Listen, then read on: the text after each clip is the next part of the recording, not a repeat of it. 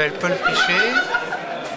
Je suis l'auteur du Brocéliande tome 2 qui vient de sortir et aussi d'une série qui s'appelle Inland 6, qui est sortie il y a quelques années chez Soleil aussi. Et puis voilà, quoi d'autre j'ai 36 ans, j'habite à Lyon. Je pense comme beaucoup d'auteurs, quand j'étais petit, j'ai commencé en lisant des super-héros à l'époque, c'était Strange, Social Strange, toute la Duc Édition et quelques comics. Et puis petit à petit, en grandissant, je suis passé plus vers Spirou, puis de fil en aiguille, j'ai continué à dessiner.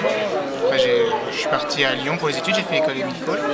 Le premier album, c'était Lover Masqué en 2000, je crois que c'est sorti en 2005, j'ai Très étrange, j'avais oublié ça.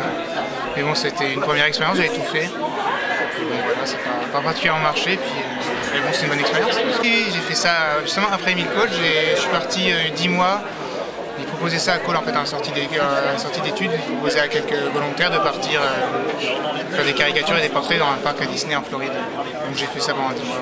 Inland 6, c'est le premier projet que j'ai fait avec Stéphane Delbédé, scénariste aussi sur le Brocéliande. Voilà, il m'avait proposé il avait vu mon travail sur d'autres dossiers qui avaient été refusés, et puis il m'avait proposé la collaboration, et donc voilà, on a fait Inland 6 en 3 tomes chez Soleil.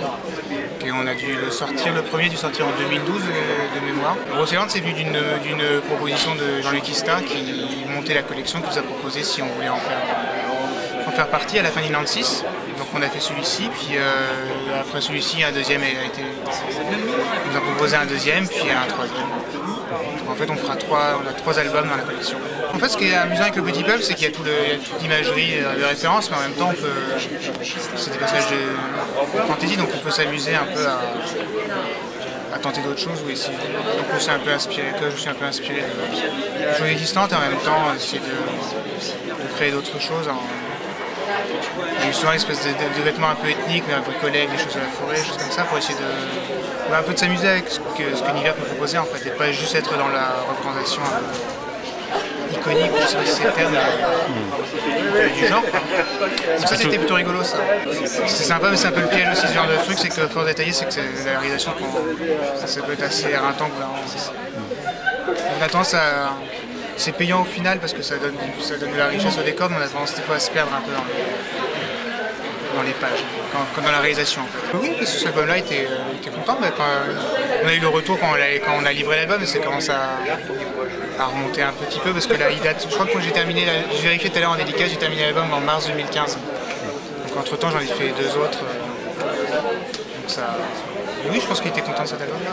Alors, je peux parler que de ceux qu'on réalise, mais le prochain, ce sera le Tombeau des Géants, ce sera autour d'un site qui s'appelle le Tombeau des Géants, et là, ce sera totalement une autre époque, ce sera l'époque de l'invasion de César en Bretagne, et ce sera avec des histoires avec des géants.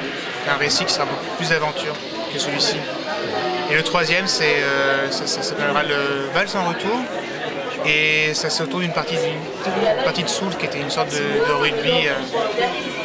Au 19e siècle, une sorte de rugby qui se faisait entre villages, avec des histoires de sœurs sorcières, en restant en vague. Mais en fait, les trois sont assez différents dans les époques et même dans les tons de récit. C'est ça qui est... Enfin, c'est changeant d'époque, oui, mais en même temps, c'est ce qui fait qu'on ne s'ennuie pas au bout de 3 tomes, parce qu'on peut justement faire des choses différentes. Et je pense que ça va être intéressant dans ce genre de collection, en fait, le fait d'avoir plusieurs... Bon, nous, finalement, on est la même équipe qui en réalise 3, mais...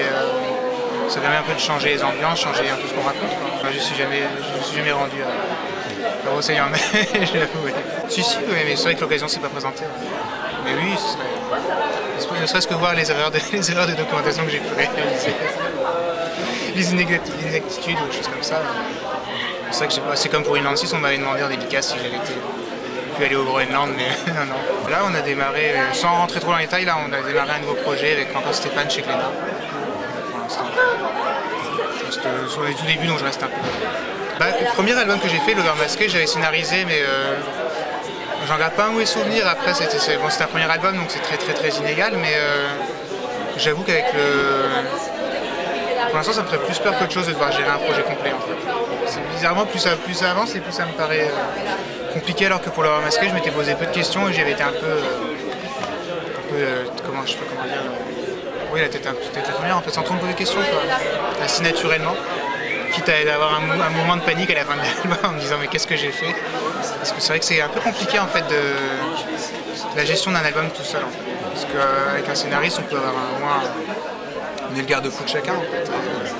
C'est vrai que tout seul, moi, je me paraît être une grosse charge à poser à porter quoi, sur un album.